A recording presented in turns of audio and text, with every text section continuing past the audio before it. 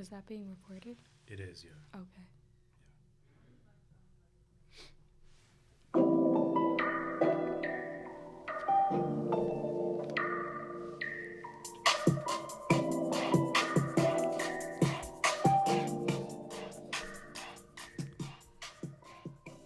Check, check, check. If you're hearing the sound of my voice, that means you're now tuned into chapter 96 of the Introverted Intuition podcast. My name is Jeff, a.k.a. the Petty Podcaster, a.k.a. the Ambitious Introvert. Tonight with me, I have my sisters, Lainey and Coco. Hi, guys. Hey. Coco, fresh back from Vegas. Lainey, Yes. fresh back out from, where were you before you came here? Working? Working. Oh. Hibernation. We haven't done a podcast together in like For a while. 2 weeks. Yeah. But it doesn't seem like that to the listeners because we've been consistently putting them out. But the timing of it has been weird. And we don't have CR today. CR is in his best DR. life, yeah. Hopefully not at the mini bar. We've warned him, yeah. That's a bar, to stay I guess. away Right? from that shit. Please do, CR. Come back safely. For real. Yeah. But we also have with us tonight to replace CR a special guest. I'm not exactly sure how I came across her content, but it was definitely through the Explore page of Instagram. And I was instantly a fan. The first piece of her content I saw was a documentary that she did, Attention for Sale. And that it really, really grabbed me. And there's definitely some things that I disagree with that I definitely want to bring up at some point during this interview. But for the most part, I was just a fan of her energy and her content. And I'm very interested in hearing more about her as a person and her career and all that. So please introduce yourself to the people. Hi. I'm Alex Wolf, digital anthropologist, author, artist, entrepreneur. Chipotle lover. Not really, but I was just really hungry. Oh, okay, cool. And I talk about social technology and how it impacts our environments and thus our behavior and how it's changing human connection. I see you've been on podcasts before, but do you have like a relationship with podcasts in your personal life? Do you listen to them in your free time, or No. you don't? It doesn't seem like you may have time with all the stuff you're doing. Yeah, it's fun being on them. Yeah. Yeah. Yeah, well, you can curse, you can say whatever. Thank You you. can do whatever Yeah. you like. So you're from New York initially? Brooklyn. Brooklyn, what part? I'm from Park Slope in Bronzeville, divorced parents. I live in Flatbush right now. Okay. Nice.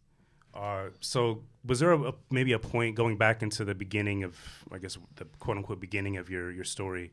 Because each episode I kind of like to go for the beginning, middle, and end. So I want to start from the beginning with your story. Do you remember when you first had an interest in anything like you're doing now, like writing or tech and all that? Yeah, so my story is that I grew up with a dad who's into tech, who's into IT. So I had computers in my home before most people did. And I often refer to the computer as my sibling. I grew up as an only child, so that's what I used to have fun and socialize and just entertain me. And that made me an early adopter by default. So part of what I got a head start on was learning how social media worked, how to build a website and things like that. By the age of 21, I decided I needed to be rich and famous, and I felt like Instagram was going to be a perfect vehicle for that. So ended up starting a company that did go viral. And Is that Boss Babe? Yep. Okay, cool. And So I did just go. we'll come back to that. Yeah. Scary. And learned a lot about myself in the process. But not only that, saw how much our culture transformed in those years, especially those very Instagram formative years. Saw how many young women, including myself, were just desperate for connection and validation, not just women, men included. And I think by the time I was running it for 2.5 years, it was doing great, but I wanted to do something else, and I didn't feel super fulfilled and decided that I wanted to take a turn and become a writer, publish my first book called Resonate. So I ended up selling the company, published my book called Resonate for anyone who wants to build an audience, and basically poured my heart out on why I think my audience grew so large for Boss Babe, and just really trying to remind artists the importance of remaining integrity in their work, and that at the end of the day, it's not about trying to fight algorithms. It's about producing meaningful, artful work and pieces. You're speaking Jeff's language. He's very much big on integrity. I'm huge on integrity. Yeah. But okay, so you want to get your shit off because I know you got hyped for a second. Well, I'll just get to that later. But I would like her to go back and explain the whole allegory thing to people who do not understand and get it. If that's okay with you. Yeah, like the algorithms and like Yeah. okay, see, like I feel like Instagram has definitely changed so much from what year was that? 2014. 2014. So I guess It was a different place in 2014. There weren't that many brands on there, and I don't remember there being a female motivational brand before Boss Babe. There were a lot of motivational brands, but they were like with lions and Ferraris for men. But you mentioned that you wanted to get rich and you wanted to use Instagram as a medium for that. Like, was that your sole intention going into it? No. I think, so the story is that by like 20, I went down to LA and I was trying to figure out how to get on TV because I thought that's what you need to do to be famous. And that was still during the blur of like TV still seemed like the number one place to be. And the lady there was like, oh, everything's about social media. And I was like, I love social media and I've been using it forever. Let me just use social media. And I just took some of the tips that she talked about, which is like, you know, how do you make something super relatable? How do you, what's happening right now that you think is going to pop off? And I saw this huge trend of millennial women, especially during that time. A lot of millennial women were just getting out of college. They were confused about what they wanted to do in life, and they knew that they didn't want to sacrifice their aesthetics for their professionalism. And there was a trend, and I just capitalized off of it. That's super, I guess, like, you caught on pretty early to the social media wave, I feel, because I feel like I didn't get on until like maybe 2015, 2016. And even then I noticed Instagram kind of was replacing the photo album, right? And like I don't think people even have photo albums anymore. I think they just have Instagram pages and Twitter and all that. That's true. Is it fair to say Instagram's your favorite medium for social media just because of that, your success? No, it's a horrible, horrible, toxic platform. So, because I was about to say, you said you had disagreed with some of her points in the documentary, but I watched it and I actually kind of understood what you were saying because I don't think you're a lover of it. I think you see the problems and you want to bring awareness to the issues. Absolutely. Well, I think the part I disagree with is like I think you were asked about like addiction to like the phones and stuff like that. Like it's not as simple as like just putting your phone down. Right. And I think it is though, because I mean, at least for me personally, like my phone is really just a medium for entertainment. I could detach from that. I don't need to be entertained 24/7. I can exist in the present and still be entertained. But do you need it to work? No, I don't actually. Do you need it to stay in contact with your loved ones? Yeah, but okay. So that my issue is that the same medium that you use to entertain yourself is automatically ingrained in the more vital parts of your life. I understand what you're saying, and yeah, sure. If you want to nitpick, sure, you can. I see where you're coming from, but the point, and I think on the cultural landscape, the issue is that the tool that you need to connect with other human beings is also the same tool that you use that is manipulating emotions and, you know, profiting off of your inability to focus. Yo, I'm just sitting here like this. Shout out to you, though, because you were pretty bold. Like, you're already, I don't have the right words to describe you. But I'm sitting here, I'm just like, okay, I don't even think you're supposed to be here right now because you're way ahead of your time. So I feel like you probably do meet a lot of opposition in what you do and the conversations that you do have with people because they're not ready to hear that. Absolutely. And every day. It seems like you have like a love-hate relationship. I mean, you kind of profited off it, but it seems like you don't really enjoy it as much. She uses it as a tool. She knows, you know. Yeah, you're utilizing it, but you don't have to enjoy it. Like, No, not necessarily. do you enjoy using social media now that you've I studied don't it? box social media as one big thing. It definitely depends. Instagram, I consider myself to be addicted to it. And yeah, I use it to communicate to my audience because right now that's where my audience is. But it's unfortunate that we have to communicate on a platform that prioritizes ads over communication and, you know, has all types of gamification metrics that make us compete with each other for no reason. So, but this is the result. This is right now where technology is. We think we're so advanced. I feel like we have so much more to go. And so do I enjoy being able to communicate with my audience? Yes. Am I looking forward to better innovative platforms that do it in a way where I don't have to sacrifice my mental health or they don't have to sacrifice their mental health? Yes, as well. How did you not get caught up in like that stigma or like that obsession with the likes and dislikes and comments? I did get caught up in it. That's how I got started. I think that's what's so important about this story is that when I went down to LA, you're talking about an anorexic, lost little girl trying to figure out how to be validated by society, which is what social media. That's what social media pretty much is. Well, it was a perfect platform to take all my insecurities and be like, hey, great, this is the place for you. And so I'm grateful that in the process I was able to build a business and I learned a lot and I grew a lot.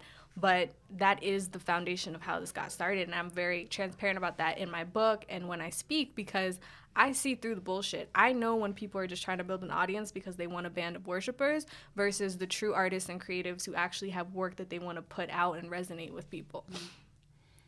Yo. That's crazy, because like I feel like maybe just for myself, knowing who I was compared to who I am today, I feel like if the growth with my company and my brand or whatever is growing fast, I feel like I'll get caught up in that hype. And what would you owe that that groundness to? Maybe how you were raised, or just you naturally, or just that self-aware and just confident? I Just seeing through the bullshit. Yeah. I think it's when the perception of you and the reality of you, when that disparity gets wider and wider, you just can't take it anymore. The pressure just becomes too much and you ultimately collapse. And I wasn't the only person to have this happen to. Michelle Phan, she's like the #1 YouTuber. Yeah. This happened to her. There was another girl, Instagram girl, I forget her name. She was Australian. She ended up just bursting out in tears to her audience and saying, hey, it took me 100 times to get this one picture and I'm not eating, by the way. Yeah. So the way this platform is designed, the pressure's going to crack. It's going to get to you. I think because I got an early start, it happened to me early. But I what's concerning me is I feel this happening on a societal level. And not only do I think it's scarier now because we have so much of our finances involved in this. We have so much of our social status involved in this. And it's like this, it's a house of cards, in my opinion. Definitely. And it's also like an ego enhancement. Like I feel like That's what it is. Pretty much. It's all ego. It's ego crack. I feel like social media actually takes away your individuality in a way too. Instagram does. Yes. There's ways to design social media that it wouldn't do that. Instagram does. Can you give an example of that? Yes. How?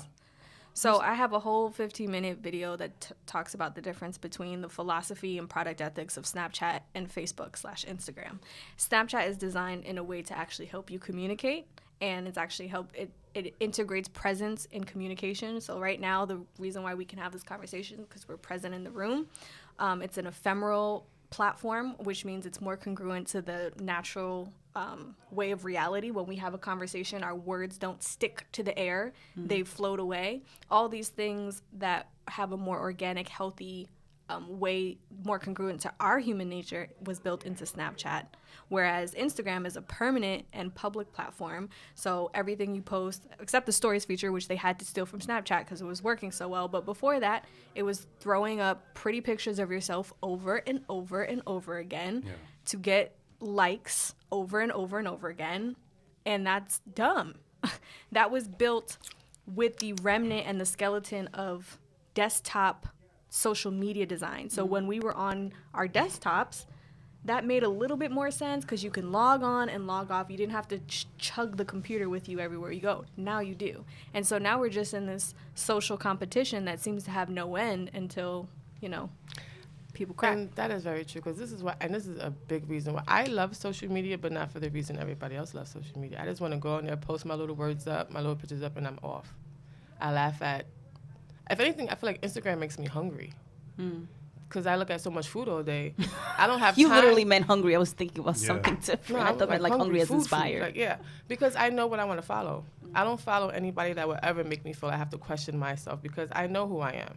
And I feel like a lot of people, they follow people, celebrities and stuff, and they start looking at their life like, no.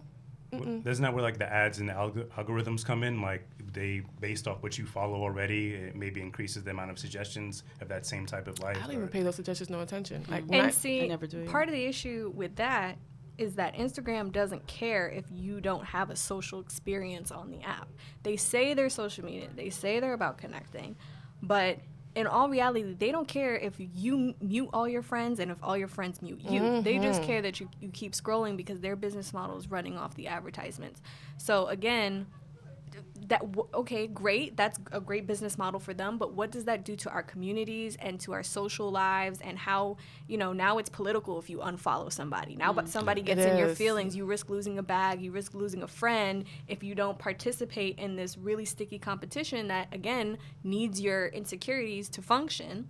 And so I think it's awesome. I also don't follow that many Lord knows I don't follow that many celebrities, but... And I love celebrity gossip. It's called blindgossip.com. Right. But the point is, it's still so. Then the question is, if I'm not on here to communicate with my friends, what am I on here for? What's the purpose? Yeah. But that's the thing. I feel like everybody's doing the purpose. Because my purpose really is to broaden my spiritual community. Because I do have people who hit me up for readings and stuff like that. Like that's what I really use Instagram for. It's a probably, tool. It's a tool to probably book some readers and really get to know people and really help people. I have a lot of people who are my old friends who I haven't even seen like in 20 years, and they'll hit me up like, "Oh my God, Helena, like you helping me right now by the stuff that you're posting," and that's all I need. Yeah, Because I really do want to help people heal. You said it, and I say this all the time, is that it's a great marketing tool. It's for marketing. It's not for socializing. And I have no problem with that, but let's call a spade a spade. And one of the things I say is that after Facebook purchased Instagram, they made it all about brands and not people, and that's why people are acting more like brands than people. And that's the issue I have. Sure, use it as a marketing tool, great. It's not going to hurt you if you use it as a marketing tool for your business or your brand. It's going to hurt you on a personal level, if you try to use it as a human being. But I think also that's what I'm doing, because I may say spiritual, but again, it's, can I say it?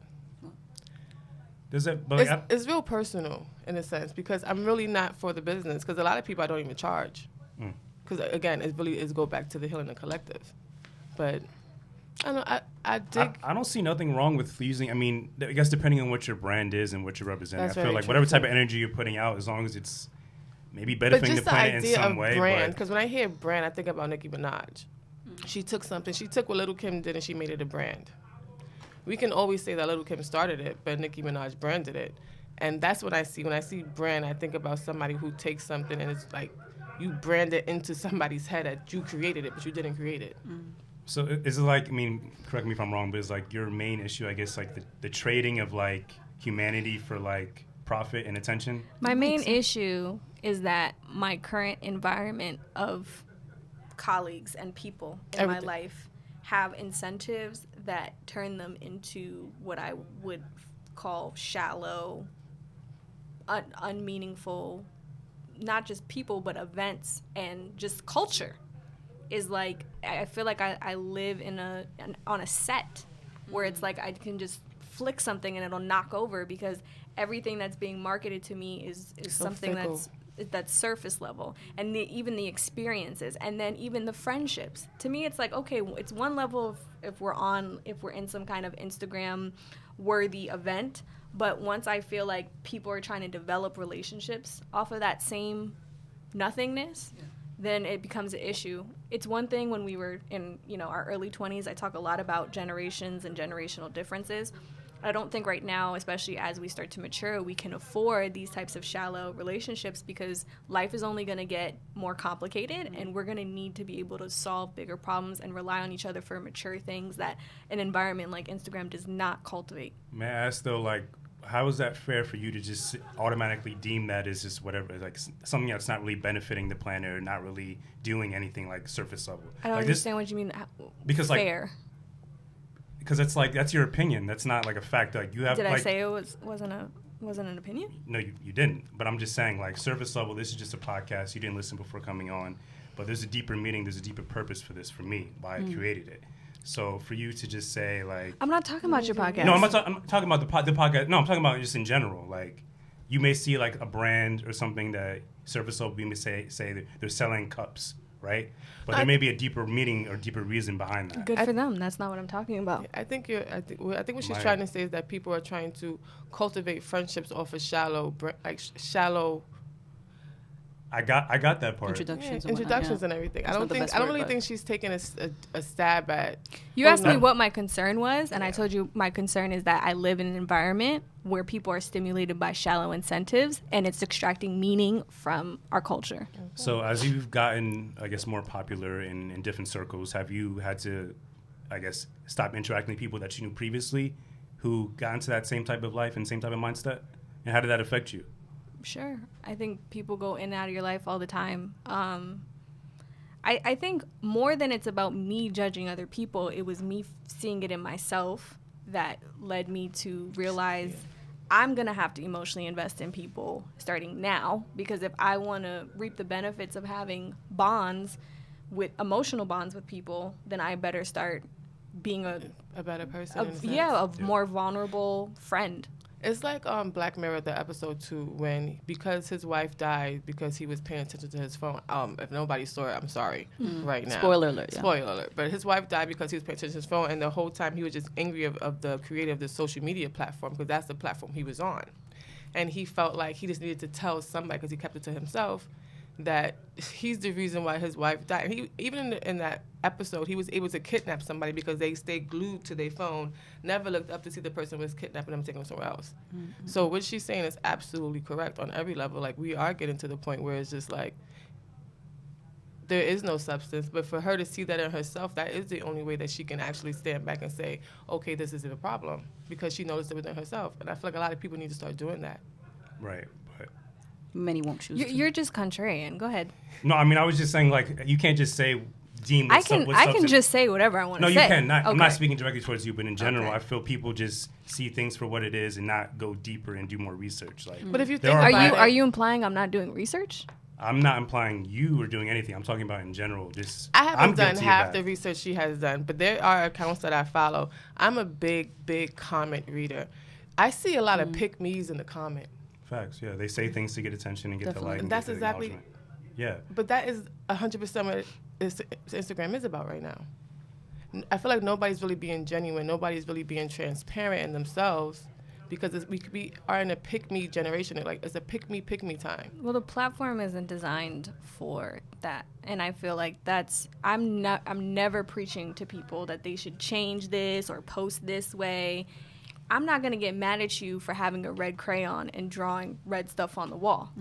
It's designed to be a pick-me platform. I think it's retarded. I don't like the whole pick-me thing. Like, it's kind of disgusting to watch. And It doesn't take much. All you got to do is know how to post really pretty pictures over and over again. No, I don't mean like the picture part. I mean like somebody would say, how can girls who do this yada yada yada, and there'll be like 50 million girls. Well, I don't do that. Like, Right. Who cares? But that's all based off of, again, having the picture there that's attracting the comments in the first place.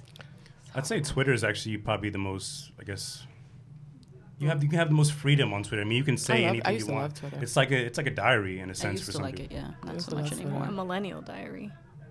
Yeah, I mean, Because a diary includes privacy. It's one of the key elements of a diary. that's true. I mean, in terms of expressing yourself, like just getting your thoughts out, if any stress of the day, you could just tweet it out, and you can have people who are receptive to that and may help you through it. Or I don't know. You guys don't use Twitter, I don't think, right? I mean, I peruse. I don't really. I use Twitter. Yeah. I used to use Twitter when it was first, when they first kind of did the whole Black Twitter, this Twitter, that, and I was really loving it. But I just came off because I think my ex was like really bothering me about it. Like, every time I would post something, she'd be like, "Was that for me?" I was like, "No," and I couldn't take that, so I just got my ass right off. But of that it. was her insecurity then. Yeah, right? but I just couldn't take it. Yeah. Because it was just like, I don't want to be asked those questions. It's another really toxic platform. That one just happens to be fun. Yeah. Instagram just sucks all around. Because with Twitter, you can like filter all the bullshit in your head You and can't not do feel like. guilty about it. But yeah, I don't think on Instagram you can filter like the ads that come in or the pages that are suggested to you. You can mute your friends. You can't mute the ads. Right. So I don't know. I'm not sure if you guys would agree on this, but my perception of social media, I feel like the most dangerous part is, I feel like we're constantly getting like we're getting too much information just in general. There's a new trend every 5 seconds. A lot of inaccurate information. Inaccurate, right? So you just never know what to like believe and what's true. Well, and you I should feel be like, discerning enough to know that shit is bullshit, or like, just take it with a grain of salt. But I think there's some right? people out there who just believe anything they see on Unfortunately, there. yes. Like, I'm sure you've probably noticed that maybe in your fan base or just in general of your experience with social media. Mm-hmm. Have you did you ever think like you would get caught up in that? Like, how did you? I don't know. You kind of already explained how you could avoid it, but I don't know. Like, I just can't really pinpoint exactly how you. I don't know. Okay, so this is a show about mental health awareness. So, do you suffer from mental health issues? Do you suffer from depression? I guess, yeah. So, Well, you mentioned you were anorexic, and early on in your social media career, you felt like the need to, I guess, keep up, maybe. Yeah. So how do you feel about that now? Like, do you try to help other women not be that way, or do you feel like you can only do so much, and what you're doing now is the best message you can give people? Every time we post a flawless picture of ourselves on the internet like that, it is contributing to a collective depression. And it's a catch-22 because, again, the culture is built in a way where, depending on what you do for work, you might have to do that at this point. My issue, is it my goal to end mental health issues? No. I think my goal is to get people to see the possibilities of design leverage on social media and just the internet itself. I feel like we're using it in the least creative possible way. And we're going to suffer for that because this is the vulnerable time in our lives where we're young, we're healthy, we could be doing something better, using it in ways that actually help us feel more connected, but somehow we are on this network of people that are connected and we feel more disconnected than ever before. That to me just does not make any sense. And I'm trying to, and I'm in it as well. I feel the pressure as well. So I'm never about the preaching. I'm all about the design and the environment because I feel like rules don't change behavior, environments change behavior, and this environment is just so toxic. That seems like extremely selfless in a way. Like, it doesn't seem like it's for you. Like, you'll grow as you do this, but it seems like it's just for everybody else. What do you mean? Like, your mission, I feel. Like, with every messenger. Yeah, sorry? I said with every messenger. Yeah, I mean, but like... I think I have a lot to gain. You do, but I'm saying, but yeah. it seems like at the end of the day, my perception of what you just said is like, you're doing it for a bigger reason, not just for yourself. It's for... I don't see it as separate. I see, if I have to live in a society where every little girl around me is insecure because Nicki Minaj posted a picture of her, then again, I don't see my environment as myself separate from my environment. I don't want to perpetuate an environment where little girls feel like they're inadequate for no reason. And you have no siblings, correct? I have 2 younger brothers. Oh, okay. So do you ever try to coach them and keep them on the same path as you, or like what do you do? Well, they're super younger. So like I said, I grew up as the only child. I didn't have to share toys. That's how I determined that. But 2 younger brothers. I try to learn as much as I can. But again, I'm not here to be like, hey, don't be on Instagram. That doesn't work. It just doesn't work. And I don't want to perpetuate, again, more shame and confusion. Because the other thing that's happening is that we get all these people on their high horses who are ready to brag about how much they are not on Instagram or how well disciplined they are. And that's great for them, but I think it perpetuates more shame and confusion because we're dealing with real addictions. So it's not just like, you don't want to brag if, someone who just got off crack doesn't want to brag about how they just got off of crack. It's Because you was the only child growing up, do you feel that was always your need to interact with other humans? That you always wanted to have that interaction? Is that why you feel you have this mission for interaction to be on a different level, on a level of substance than what it is now? I think that growing up in a house with a lot of screens taught me a lot about connection and the lack of it. Because one of the things I often say is that to a child, which many of us grew up in environments where parents were staring at screens and being present with screens more than they were being present with us. And I feel like it might have created this illusion or feeling that, hey, maybe if I just got in that screen, I would get the attention I need. Because I was always fixated on why does why do so many 20-year-old American girls feel like they have to take up a lot of screen real estate? Where does that come from? Who is she really trying to be seen by? And I think that, and again, these are just my thoughts. I think growing up and, again, being in a very typical American home where people are staring at screens all day, I felt there was some kind of significance in being in that led me to that path. So what do you think is I guess we'll ask for the room, like these companies getting together, Google, Instagram, Facebook, blah, blah, blah, whatever. Like, do we think we should break these up into individual companies and not really have them into these giant mega corporations and just be separate? Because I feel like that's a problem. I feel like when you have too many ideas in the melting pot and then it becomes more about the money than the progression of the planet, I feel like. I'm not sure if I'm making sense with that. When you get too many hands in the pot and just too many... I feel like these big corporations are now all about money and will never... Now? Well, not Yeah, now, but always. I feel like we'll never go back to how it was pre-social media. Like, we'll never go back to like a simpler time of interacting Yeah, with one but another, even before having these conversations like this face to face. Like, I mean, podcasts I feel like are kind of like the last, or not one of the last, but definitely one of the few mediums where people actually interact outside of. Their Is that phones. your ideal world? A time before social media? Um, Yo, this girl right here. My ideal word is just more conversation, more One-on-one exchanging of interaction. informations and like more perspectives like yours and more people with like fresh ideas. Coming from an introvert. Yeah, coming from an introvert, right? Because my ideal world is not talking to a whole lot of people. I mean, as I've done this more, I feel like I've learned so much. Like, I feel like we need that because we're just communicating through this phone. One, it's making us less social, more awkward. But like you were saying before, isn't it really just a conscious choice of like separating yourself and going for those interactions as opposed to seeking them out in social media? It's just as simple as. I mean, it's hard. I'm not saying it's. I'm saying actually, I am saying it's simple. Yeah. But you know, I mean, I don't know.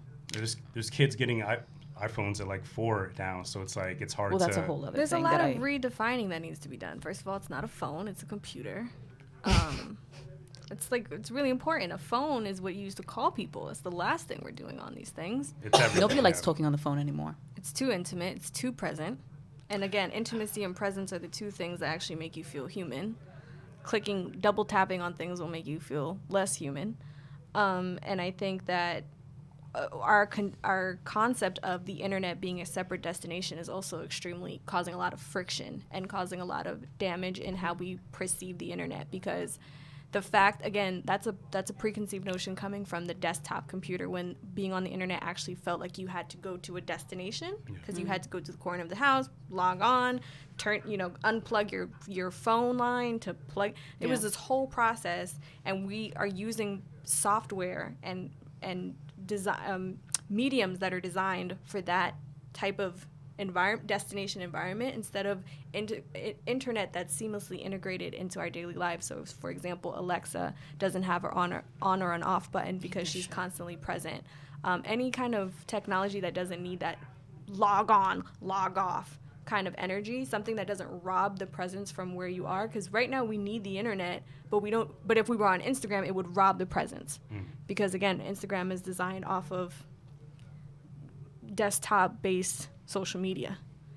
So all these things, they participate in how we view.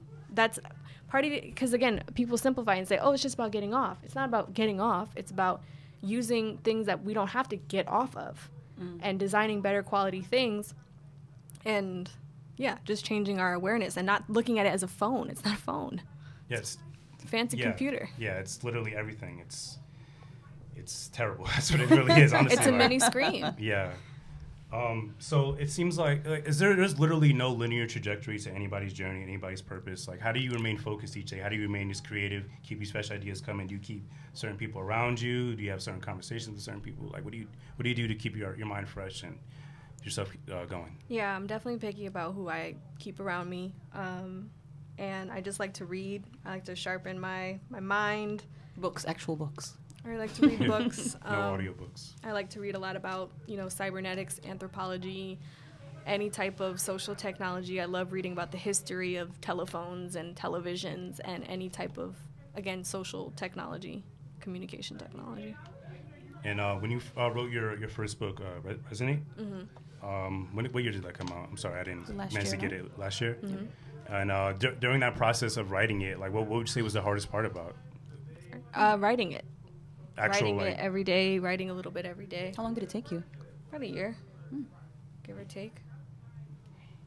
Damn. And like initially, like, I guess the day before release day, can you go back to how you felt? Did you feel anxious? People wouldn't be. I was super receptive? stressed out because nothing was going the way it needed to be going. But I think what you're asking is, how did I feel the day I turned into my manuscript? Like when I was finished with the actual words, that was one of the best feelings.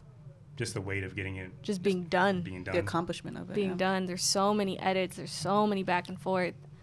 And to be done just feels really good. And I guess, are you still working on thinking about making more books in the future? Or yeah. I feel like you're going to end up making your own device that we could just escape. Platform. Or platform, yeah. Stay tuned. Oh, shit. I'm nervous for that. I'm really nervous for that because I feel like.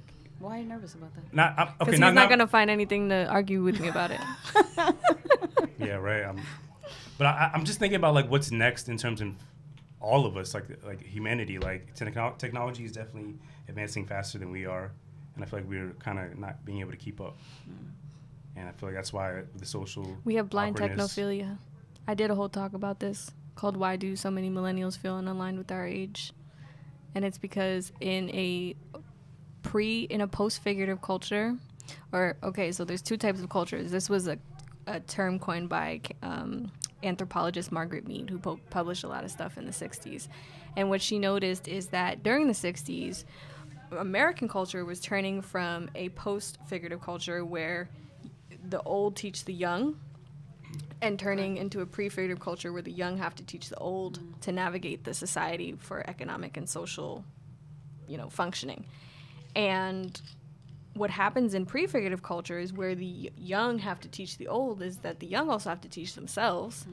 And when you look at where we are now as millennials trying to figure out how to adult, there's a whole industry of adulting. It's because the people who are supposed to guide us were dealing with a completely different economy because the technology was completely different. So whatever economic skills they have become obsolete today for the most part.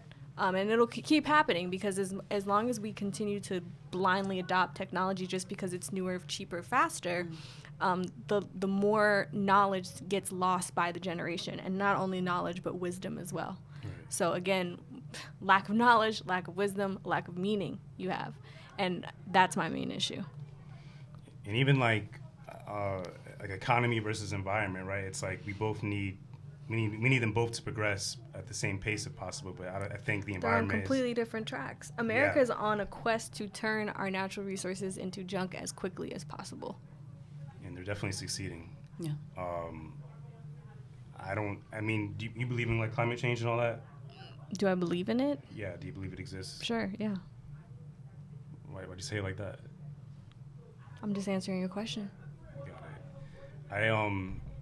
I honestly don't understand people who don't believe in it, but like we obviously need the economy to keep growing and stuff like that, and the environment to improve, and we have different mediums to indulge in water, right? But I honestly don't. Maybe I'm just like a negative person, but I feel like it's just not gonna get any better in terms of like the amount of content that's being fed into us every day, the amount of everything. Like it's kind of a fucked up culture we live in, huh?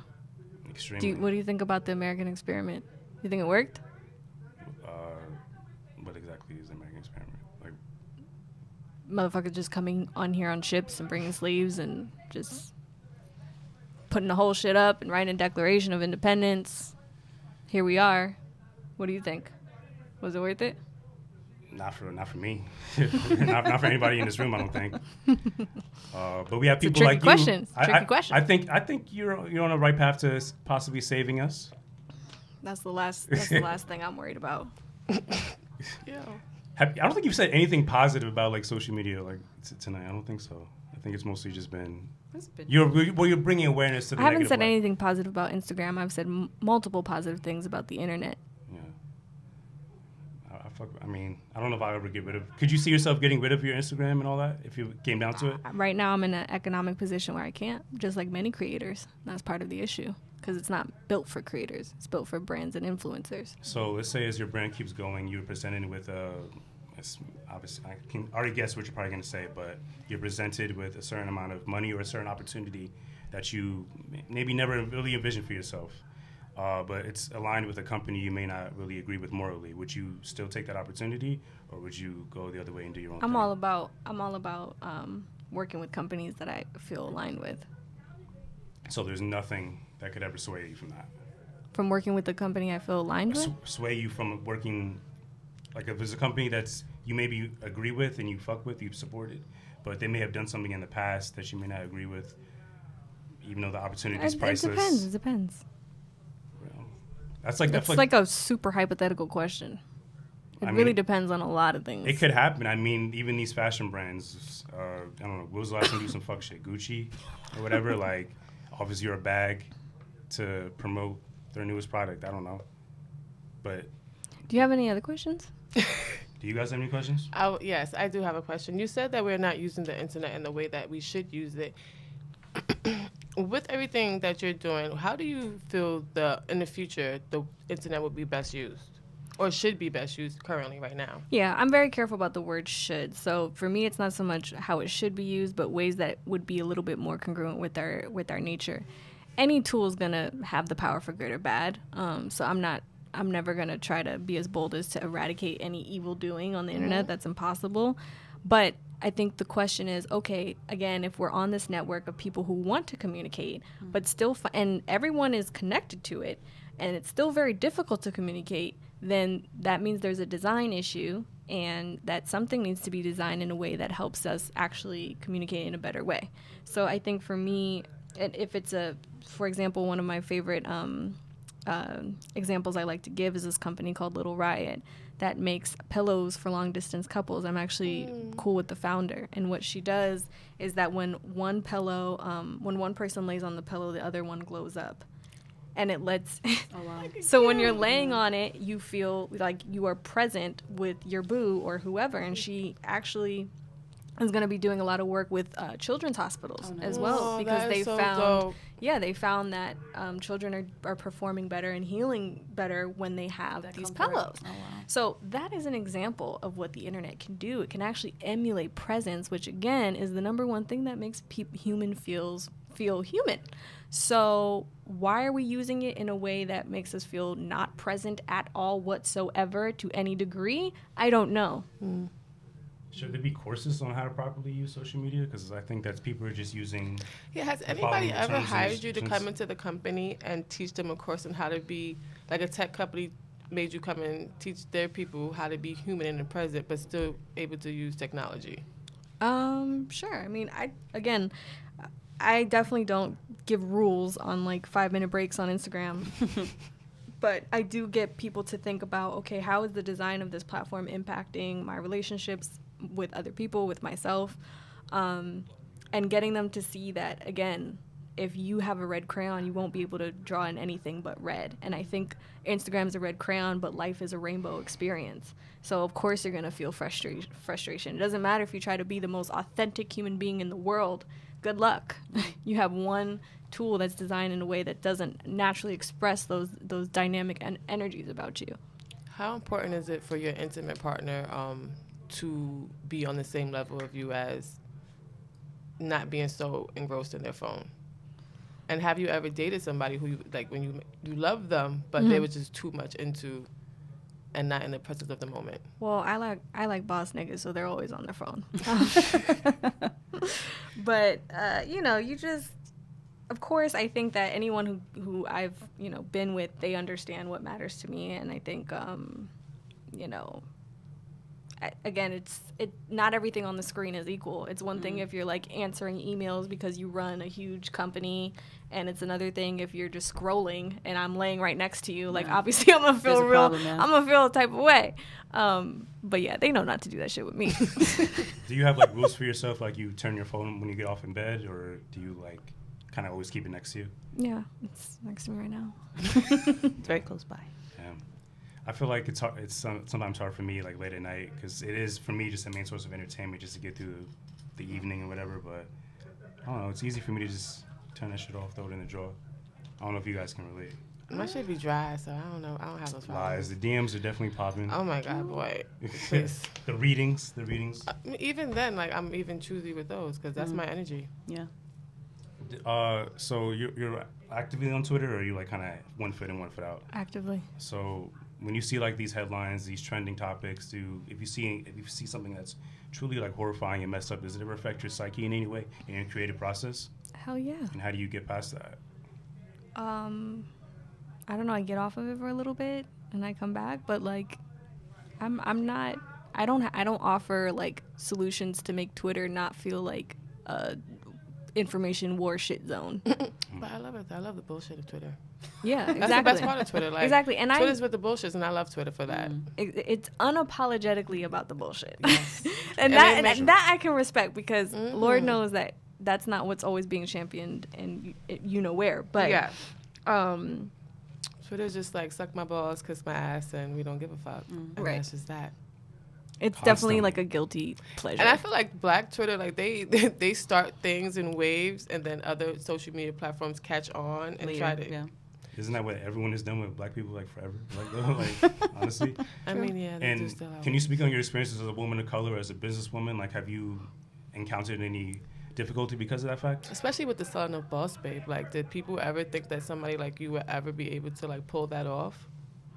I don't know, but if they didn't, that's on them. I don't know. I grew up with a dad who was very much like, you go girl, like you're the shit. You know, I grew up feeling a lot of confidence, never feeling like I was inferior because of my gender or race. I think growing up in New York with super progressive parents, you know, educated, they just made me feel like, you know, there's a stereotype about millennials. There's actually a test done that we're overconfident, that when baby boomers were asked, where do you see yourself in 5 years, most of them click like, oh, promotion, da-da. Like millennials were more likely to click CEO. Yeah. So I was a part of that train for sure. And so, you know, has it gotten in the way? Sometimes, yeah. But I think there are also a lot of privileges I get for certain reasons as well, too. So, you know, it goes back and forth. Mm-hmm. Do you feel like millennials get a bad rep all around in general? Because there was another article saying that nobody's ever told them to, they always told them, yeah, you can do whatever you want, you can reach for the stars, and it's just like, that's not true. Nobody like, was ever really like realistic with them and told them you can't do this. A lot of them don't understand failure. Right. So do you we about to understand real fast. It's going to be in your face. I'm just kidding. How old are you? Because I feel like I don't want to consider myself a millennial, but I don't know. Am I in that bracket? No, right? What year? I'm 86. Oh, you're in there. Damn. We are? I think so, yeah. Okay. I think so. You're like you're on the older side of the spectrum. Yeah, I feel like we're a little different though sometimes. But yeah, well, I thought that was Generation X. I thought. I could be wrong. Here's the thing. I think, no. Generation X. Here's the thing. Here's the thing. American culture changes so fast that these generational differences are that distinct. Because if you look at a traditional culture or a more indigenous culture, you're not going to find these huge generational differences by a matter of 10 years. Like here, like someone who's 10 years older than you is going to have a completely different perspective on life and everything. Not for nothing.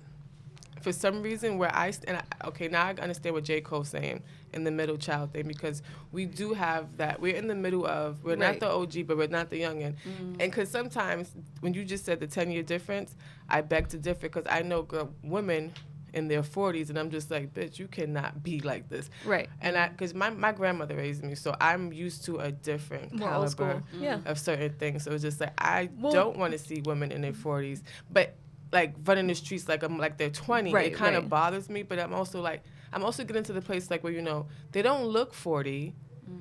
They have themselves together. They are established. So why can't they do things as if a 20-year-old? But I'm just like, that's a whole big mindset, moral like bite to chew. Yes.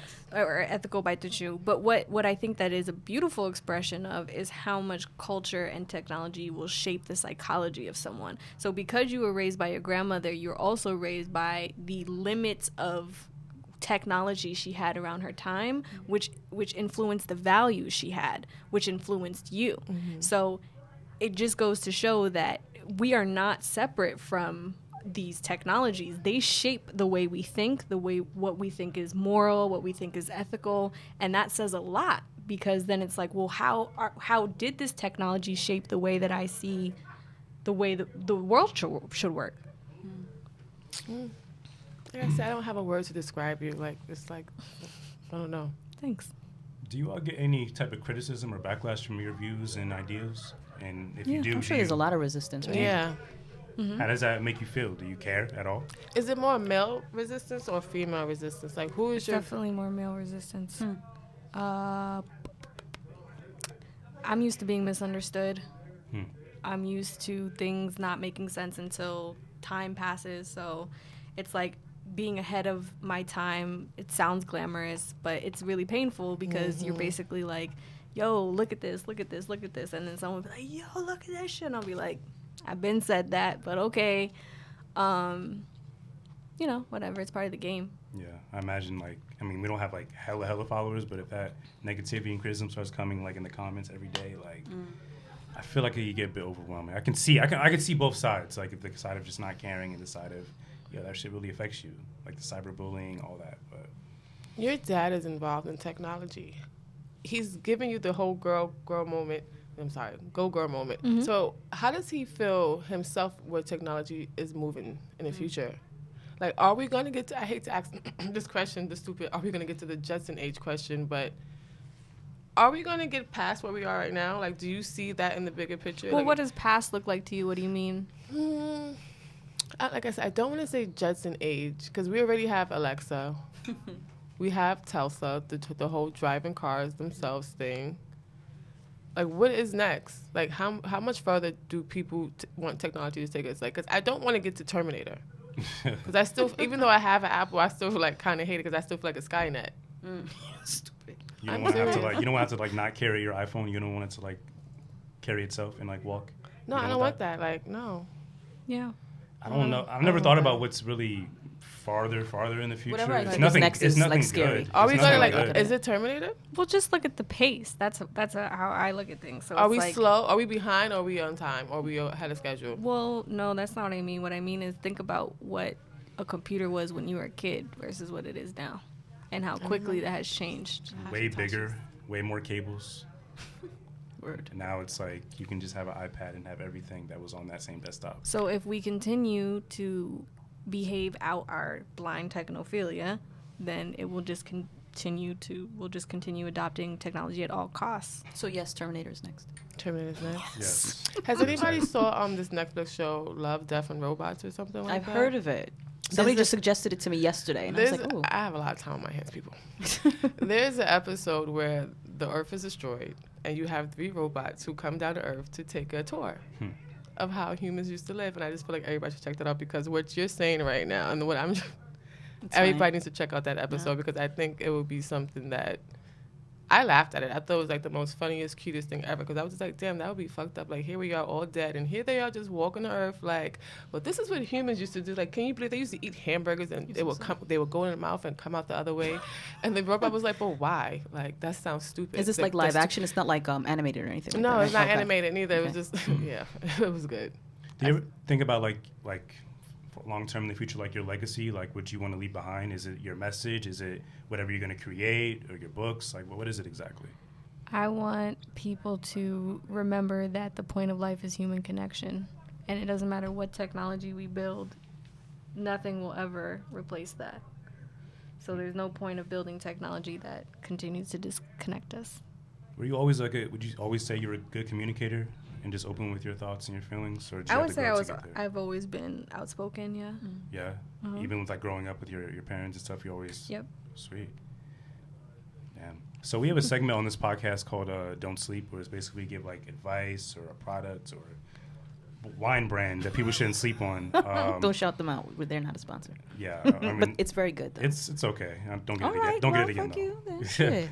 Talking So, about free wine right now? Okay. my Don't Sleep this week is something I heard. I forget where I heard it Did you from. explain what Don't Sleep was? Yeah, people shouldn't sleep on like products or whatever. Mm-hmm. Yeah, I think I said it a little Think fast. about something else. Yeah. My Don't Sleep is just what I'm about to say. Just play life by ear, and however you interpret that and how you take that, it's not that hard to figure out. But just start learning to live life and play it by ear, because I think you'll be a lot happier that way. Play life by ear. I would say, just like we were talking about, don't sleep on cultivating your connections.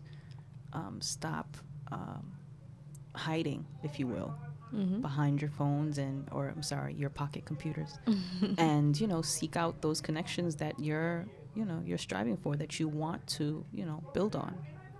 You have to do it now, otherwise you won't have them later. You gotta keep up. Right. You have anything? I actually don't have a Don't Sleep this week. You're not gonna shout out the J. Cole album or the I mean, Dreamville of album? course, you should never sleep on J. Cole. You should never sleep on She the doesn't have Dreamville to album. Like, I shout feel like out for J. Cole. at She's this always point, done if that, you so. follow me on Instagram, I done had a whole moment where I said everything, and I told everybody to go horrifying. listen to every mixtape he has ever done and every album, then get Jeff back is to late to Dreamville the- and just have a seat with yourself, because the growth is there. And just, You know, if anything, don't sleep on growth. Like, what you may not understand today, you will understand 20 years from now when you done got to a place where you're supposed to be. So just don't sleep on you. And just shout out to Alex Wolf, because I'm really sitting here, like, kind of fucked up right now, and I really blame you. But, okay. It's definitely not the wine. It's definitely not the wine, because she also said something earlier, and I had to take a moment outside here, like, okay, well, you know what? Matt downloads, Matt spirit. But yeah, go ahead, girl. Thank you. Would you happen to have anything think people shouldn't sleep on? I would say don't sleep on creators, internet creators. I think we've been slept on for a while, and I think we're about to give a lot of companies a big rude awakening about where the power really lies. Just pay the creatives. That's all and it takes. And the true creatives, not the ones that are like saying they create and don't really. They just co-op shit. So yeah, the real creators. Right. Can you shout out where people can find you? Yeah. I always recommend that if people like what I have to say, you can sign up for my email list at alexwolf.co. I did. Yeah, you'll get a list sent to you immediately of some of my most popular podcasts, videos, interviews. If you must follow me on social media, you can do that. My Instagram is alexwolf, and my Twitter is alexwolfco. If you enjoyed this podcast, wherever you're listening at, please, whatever rating system you use, please use that, because it definitely gives us the confidence to keep going. Subscribe to our YouTube channel, youtube.com/Introverted Intuition. Yeah, that's it. Yeah, we really do read the comments, guys. So definitely, you know. I don't read the comments anymore. You don't? No. Come on, that's not the true. point. Goodbye, everybody. I'm not about to do this with Jeff today. Thank you for listening. Thank you so much. Thank you. Thank you.